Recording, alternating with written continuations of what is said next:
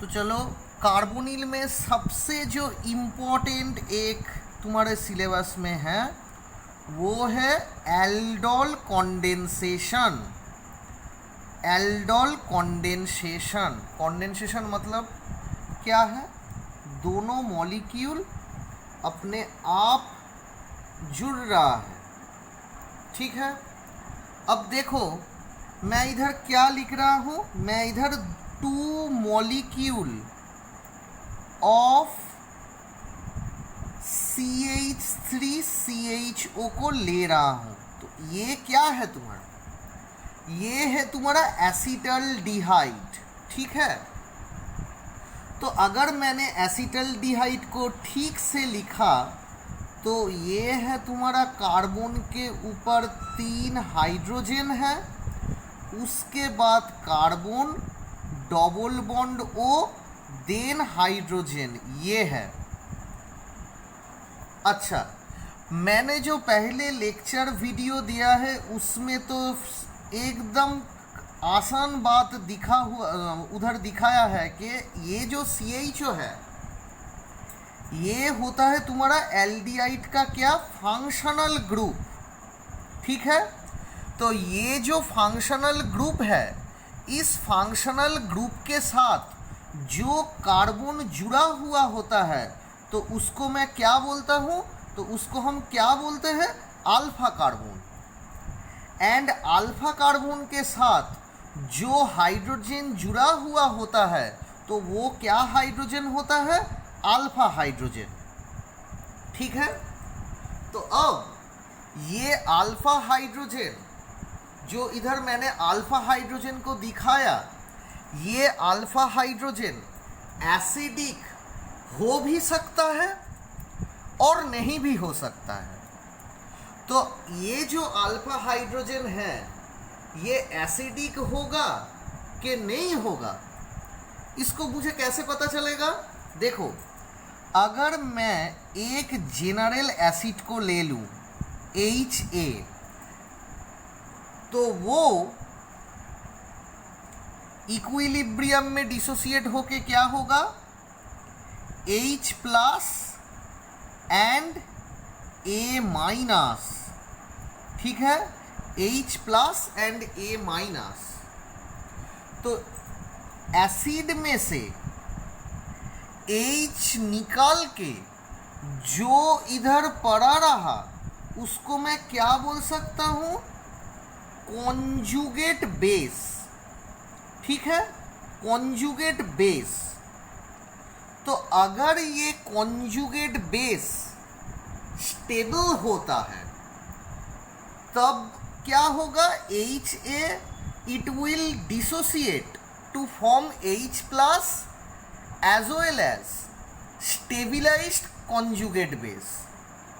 But if conjugate base is not stable, then this acid is reluctant to undergo this type of dissociation. मतलब अगर ये जो conjugate base ये अगर stabilize नहीं होगा तो acid क्यों dissociate करेगा?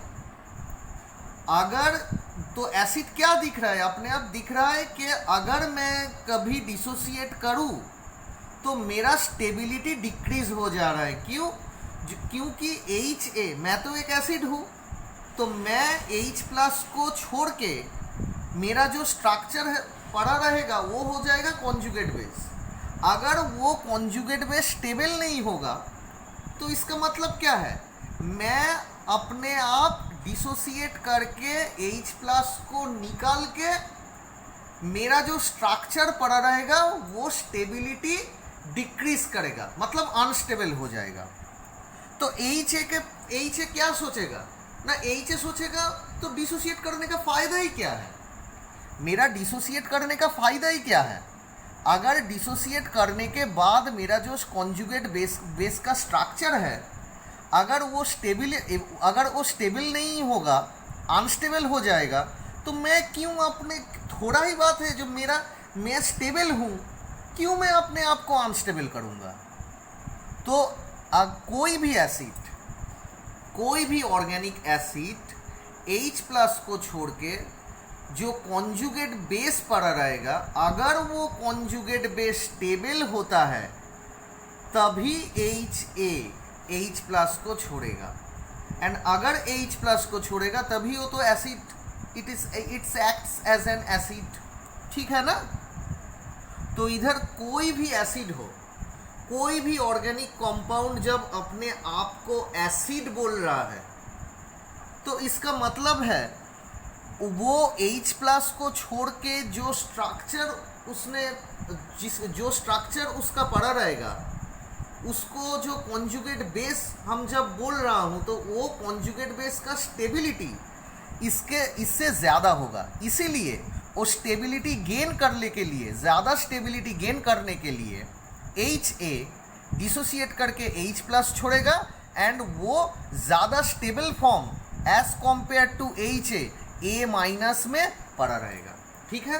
तो मुझे देखना पड़ेगा ये जो एसिड, अगर कोई ये जो हाइड्रोजन है, अगर कोई इस हाइड्रोजन को निकाल ले या इस हाइड्रोजन के निकालने के बाद जो स्ट्रक्चर पड़ा रहेगा, वो स्ट्रक्चर को मैं क्या बता सकता हूँ? Conjugate base.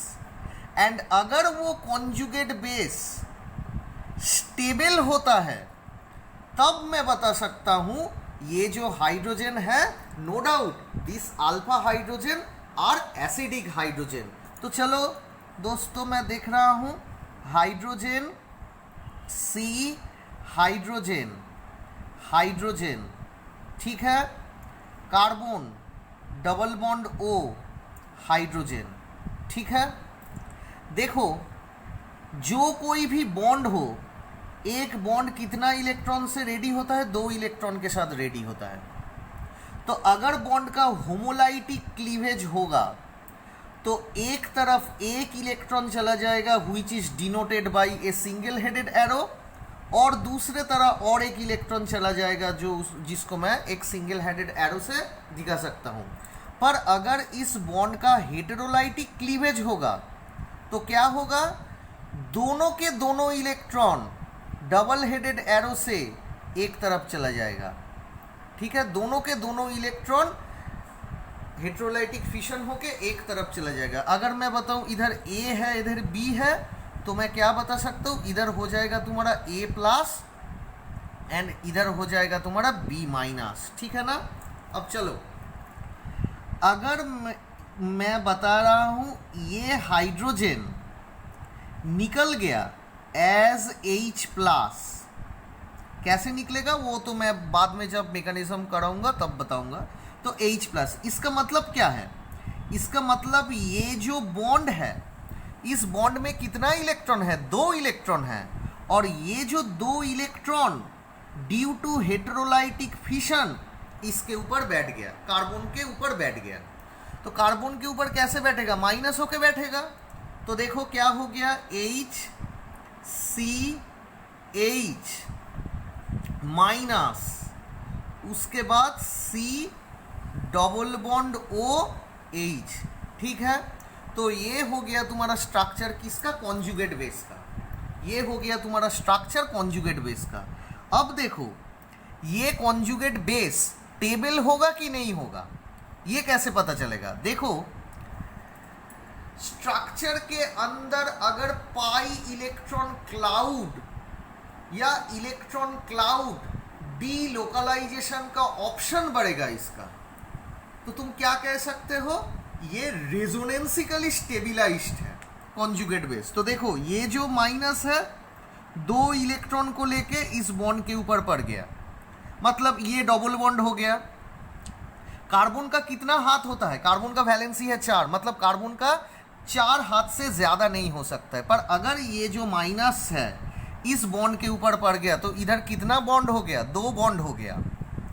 तो ये जो कार्बन है इधर 2 बॉन्ड, इधर 2 बॉन्ड, इधर 1 बॉन्ड। कार्बन का तो 5 बॉन्ड नहीं हो सकता है। इसीलिए क्या है, जो लेबाइल इलेक्ट्रॉन डेंसिटी है जिस बॉन्ड में, वो टूट जाएगा। कैसे?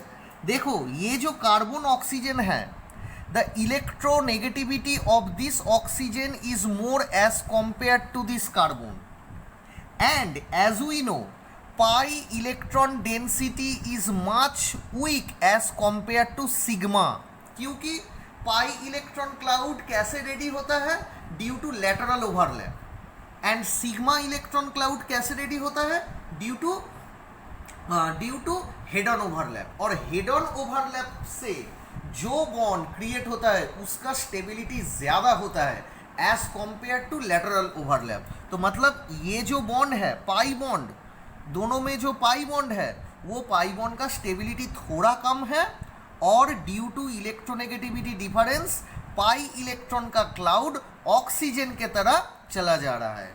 तो वो क्या चाहेगा कि ऑक्सीजन के तरह मेरा पाई इलेक्ट्रॉन क्लाउड चला गया, तो उसका तो सोने में सुहागा हो गया। क्यों? कार्बन, इधर कार्बन का कितना आ गया है, 5 बॉन्ड हो गया है, तो कार्बन तो 5 बॉन्ड के साथ नहीं रह सकता, इसीलिए क्या होगा, ये पाई इलेक्ट्रॉन क्लाउड का जिसके अंदर 2 इलेक्ट्रॉन है हेटेरोलाइटिक फिशन होके ये ऑक्सीजन के ऊपर चला जाएगा। तो क्या है, रेजोनेंस हो गया। रेजोनेंस के बाद मेरा जो स्ट्रक्चर है वो आ गया तुम्हारा hydrogen double bond CO- and this one hydrogen, ठीक है। तो ये आ गया तुम्हारा कॉन्जुगेट जो बेस तुम्हारा इधर रेडी हो रहा है। मैं क्या दिख रहा हूँ, ये कॉन्जुगेट बेस रेजोनेंसिकली स्टेबिलाइज्ड है, मतलब स्टेबल हो रहा है। क्यों? Via resonance.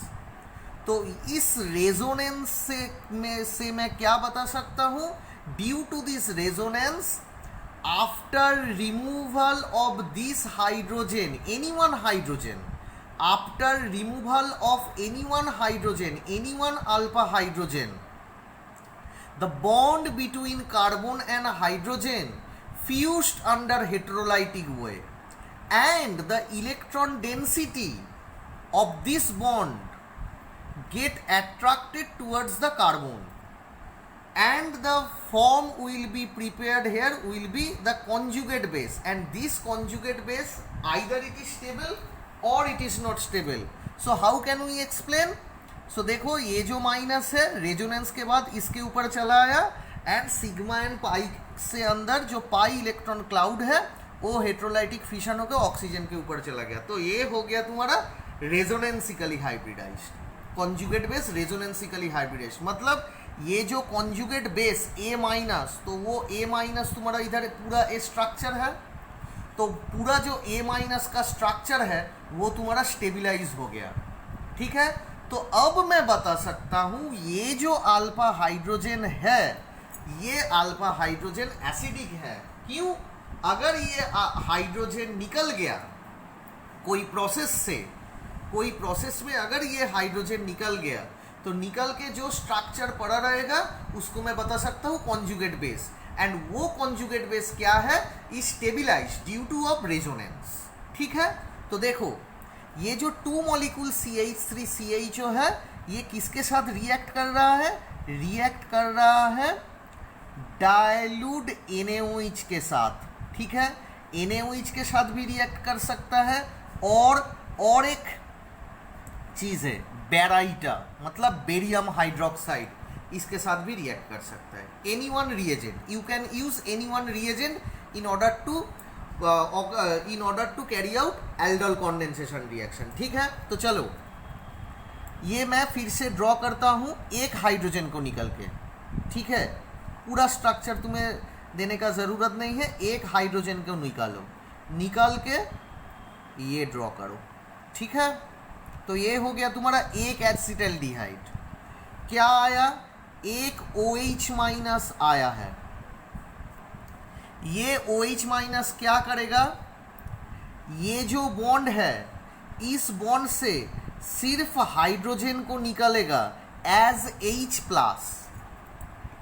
क्यों निकलेगा, क्योंकि ये निकाल के क्या हो गया, H2O फॉर्म कर जाएगा, ठीक है। तो this OH- extract this bonded hydrogen as H+ in order to form H2O, As a result, this electron density of this bond is undergo heterolytic fission, and due to this fission, this electron cloud transferred over this carbon atom. So due to this, conjugate base will form. Conjugate base will form, and this conjugate base is resonantly stabilised. क्यों resonance हो रहा है? अब क्या होगा? अब ये तुम्हारा हो गया न्यूक्लियोफिलिक सेंटर. न्यूक्लियोफिलिक सेंटर मतलब क्या है? इलेक्ट्रॉन डेंसिटी ज़्यादा है इस कार्बन के ऊपर. अब और एक जो मैं एसिटल्डिहाइड को ड्रॉ करूंगा, देखो ये इधर देखो, कार्बन ऑक्सीजन. कार्बन ऑक्सीजन के अंदर कौन सा वाला ऑक्सीजन का इलेक्ट्रॉन डेंसिटी ज़्यादा है? तो क्या होगा? जो इस कार्बन एंड ऑक्सीजन के अंदर बॉन्डेड इलेक्ट्रॉन डेंसिटी है वो इधर शिफ्ट हो जा रहा है. ठीक है, तो अगर ये इधर शिफ्ट हो जा रहा है तो क्या हो जाएगा? इस कार्बन का, ये जो कार्बन है ये हो गया तुम्हारा इलेक्ट्रोफिलिक सेंटर. ये हो गया तुम्हारा इलेक्ट्रोफिलिक सेंटर. तो देखो इस इलेक्ट्रोफिलिक सेंटर को क्या करेगा? ये जो न्यूक्लियोफिलिक सेंटर है, ये न्यूक्लियोफिलिक सेंटर पीछे से इस इलेक्ट्रोफिलिक सेंटर को अटैक करेगा. ठीक है, तो this nucleophile attack this electrophilic centre. As a result क्या हो जाएगा? इस कार्बन का 5 हाथ हो जाएगा. एक, इधर 2, इधर 3, 4, और इस कार्बन के साथ एक, क्या हो गया? 5. कार्बन का 5 हाथ नहीं हो सकता, इसलिए क्या होगा? देखो ये जो कार्बन ऑक्सीजन है, एक बॉन्ड है सिग्मा, एक बॉन्ड है पाई, and the strength of the pi electron cloud is much less as compared to sigma, as well as the electronegativity of this oxygen is more as compared to this carbon. That is why this pi bond undergo heterolytic cleavage and the electron density move over the oxygen.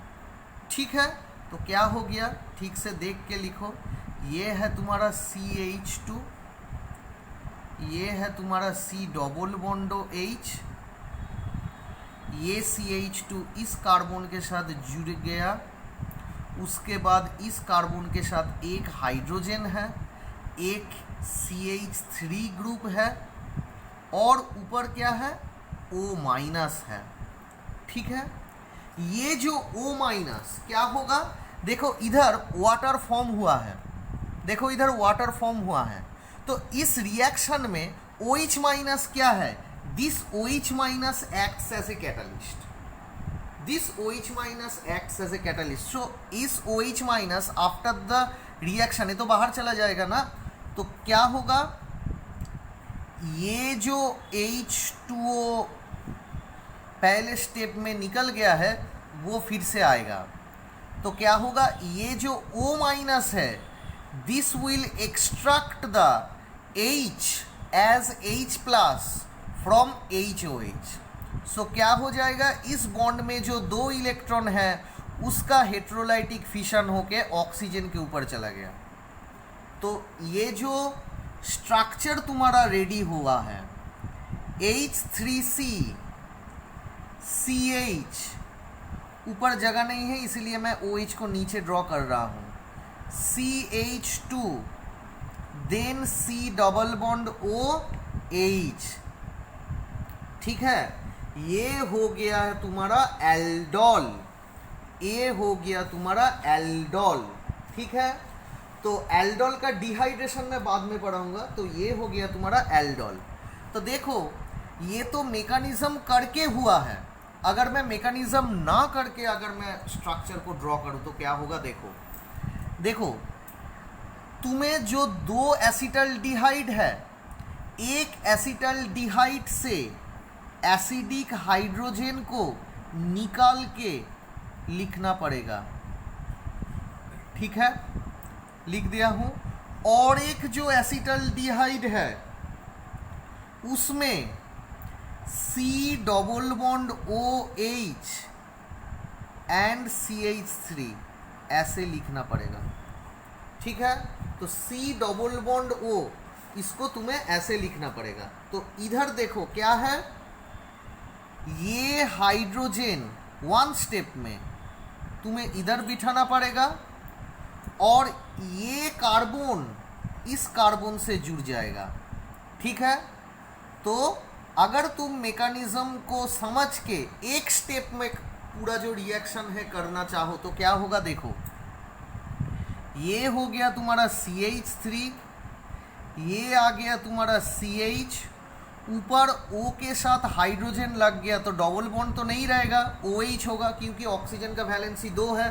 एक इधर carbon के साथ जुड़ा हुआ होगा और एक hydrogen के साथ जुड़ा हुआ होगा, और इस कार्बन H किसके साथ जुड़ा हुआ होगा, दिस CH2 के साथ। ठीक है, ये पूरा बॉन्ड मिला के दिस ऑक्सीजन के साथ चला जाएगा। ठीक है, और ये नहीं रहेगा, मतलब डबल बॉन्ड में से एक सिंगल बॉन्ड रहेगा, एक नहीं रहेगा, ये पूरा बॉन्ड को मिला के इस ऑक्सीजन में चला जाएगा, और इधर ये जो कार्बन, ये कार्बन बॉन्ड से जुड़ जाएगा। तो हो गया तुम्हारा, देखो ये,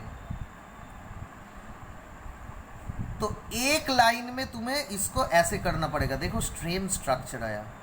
तो अगर तुम समझ के करो तो है तुम्हारा ये मैकेनिज्म, और अगर एक ही लाइन में दिमाग में याद रख के करो तो होगा ये।